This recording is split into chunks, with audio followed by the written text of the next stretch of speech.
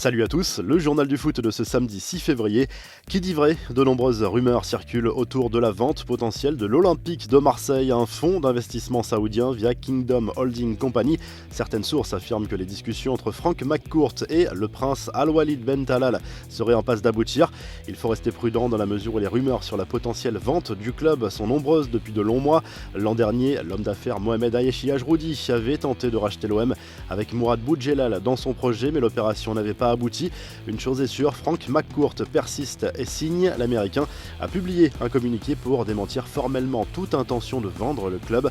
L'homme d'affaires réaffirme son engagement total et maintient sa confiance vis-à-vis du président Jacques-Henri Hérault. Jean-Michel Aulas, lui, n'est pas prêt de passer la main. Lors d'un entretien accordé à RMC Sport, le président de l'Olympique lyonnais a révélé avoir refusé des offres très importantes de rachat de son club. Le patron parle même de propositions supérieures à 500 millions d'euros. J'ai eu des moments d'interrogation quand il y a eu des offres importantes parce que j'ai une famille. Il y a eu des offres à plusieurs reprises et encore récemment, a assuré le président lyonnais. Les infos en bref, les confidences de Noël Le Graët sur Karim Benzema et Kylian Mbappé sur France Info.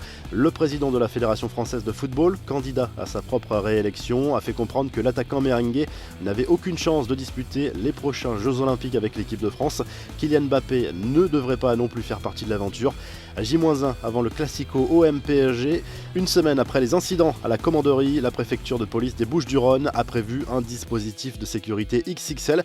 Même si le match se jouera à huis clos, 400 policiers seront mobilisés avec pour mission de sécuriser l'ensemble des trajets, lieux de résidence et d'entraînement des joueurs ainsi que le stade Vélodrome et ses abords. Côté terrain, l'OM devra faire 100 miliques touchés à la cuisse. De son côté, le PSG devrait pouvoir compter sur le retour de Marquinhos dans le 11 de départ. Verratti et Diallo sont de retour après une semaine d'isolement suite à un test positif Covid. La drôle de défense d'André Onana qui a écopé d'un an de suspension après un test positif à un produit dopant. Le gardien de l'Ajax Amsterdam assure avoir confondu le comprimé avec de l'aspirine. La revue de presse en Espagne, le journal AS revient sur le coup de gueule de Zinedine Zidane en conférence de presse. Le coach du Real Madrid n'en peut plus de toutes ces rumeurs autour de son avenir et réclame plus de respect de la part des médias. Le Real qui se déplace sur la pelouse de Huesca ce samedi en Liga. Le Mundo Deportivo se penche à nouveau sur les approches du PSG pour Lionel Messi et assure que le club blaugrana est particulièrement agacé par les appels du pied lancés à la star argentine. Leonardo serait pressé de rencontrer l'entourage du joueur pour discuter d'une éventuelle arrivée dans la capitale française, mais devra sans doute patienter encore un peu.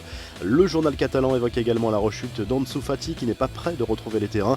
Et en Italie, le Corriere dello Sport revient sur le succès de l'Inter Milan sur la pelouse de la Fiorentina 2-0. Les Nerazzurri prennent provisoirement les commandes de la Serie A en attendant le match de l'AC Milan contre Crotone dimanche. Ce samedi, la Juve accueille la Roma. Si le journal du foot vous a plu, n'hésitez pas à liker la vidéo et à vous abonner. Et à très vite pour un nouveau journal du foot.